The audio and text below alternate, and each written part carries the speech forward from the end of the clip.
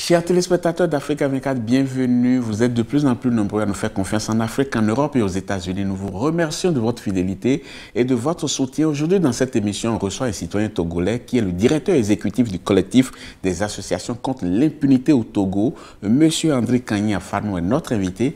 Merci d'avoir accepté notre invitation. Bonjour Babylas, bonjour à toutes les personnes qui nous suivent. Merci surtout de m'avoir invité. Association contre l'impunité au Togo, comment vous est arrivé l'idée de créer une association comme ça? Est-ce que le besoin était pressant? Ah oui, vous savez, pour ceux qui suivent l'actualité togolaise, vous aurez constaté qu'en 2005, à la suite donc de la crise de succession qu'il y a eu à la tête du pays, avec notamment le décès du président Yadema, il y a eu, selon les Nations Unies, 400 à 500 personnes qui ont perdu la vie, alors que beaucoup d'autres personnes ont eu leurs biens qui ont été pillés et tout le reste. Et ce que nous avons fait comme constat à l'époque, nous qui étions un certain nombre de défenseurs des droits de l'homme de différentes organisations, c'est que si de façon récurrente, il y a eu des violations des droits de l'homme, c'est parce que les personnes qui commettaient ces actes-là étaient presque certaines au Togo qu'elles pouvaient jouir de l'impunité. Si justement les plaintes n'avançaient pas, c'est parce que les citoyens n'avaient pas à leur côté une organisation suffisamment forte qui puisse leur donner l'assistance juridique et judiciaire nécessaire et qui puisse les amener à toutes les étapes de la procédure judiciaire. Est-ce que ça a été quand même efficace, ce bout d'action? La première action que nous avons menée, c'est donc de regrouper ces victimes-là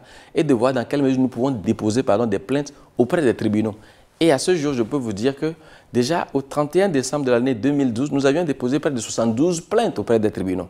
Et l'un des impacts que cela a eu, c'est qu'évidemment, au niveau des autorités, on a senti qu'il fallait que l'appareil judiciaire montre ou non sa volonté de protéger les citoyens et de faire en sorte que les auteurs puissent répondre de leurs actes. Mais quel a été l'effet sur le terrain? Est-ce que ça a changé quelque chose? Dire que ça a changé quelque chose, ce serait peut-être trop prétentieux dans la mesure où, vous savez, c'est un peu ce que nous déplorons. Il nous semble que le régime togolais, que ce soit sous Yadema ou même sous le président fort Eswatini Gnassingbé, n'a pas suffisamment montré sa capacité à lutter véritablement contre l'impunité. Est-ce que vous attendiez à autre chose, étant donné que apparemment c'est le même régime, non? Non, vous savez, le président Faure Gnassingbé, quand il est arrivé, il a dit, parlant de son père, lui c'est lui, moi c'est moi.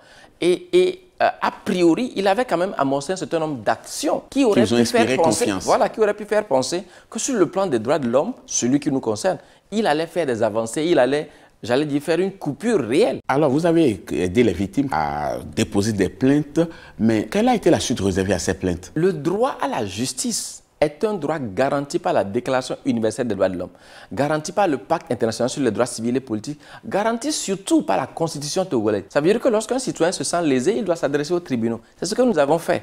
Et c'est dommage que l'État togolais ne veuille pas justement faire avancer la machine judiciaire. Ce que nous avons fait, en ayant constaté qu'au niveau national, les choses n'avançaient pas, nous sommes allés auprès de la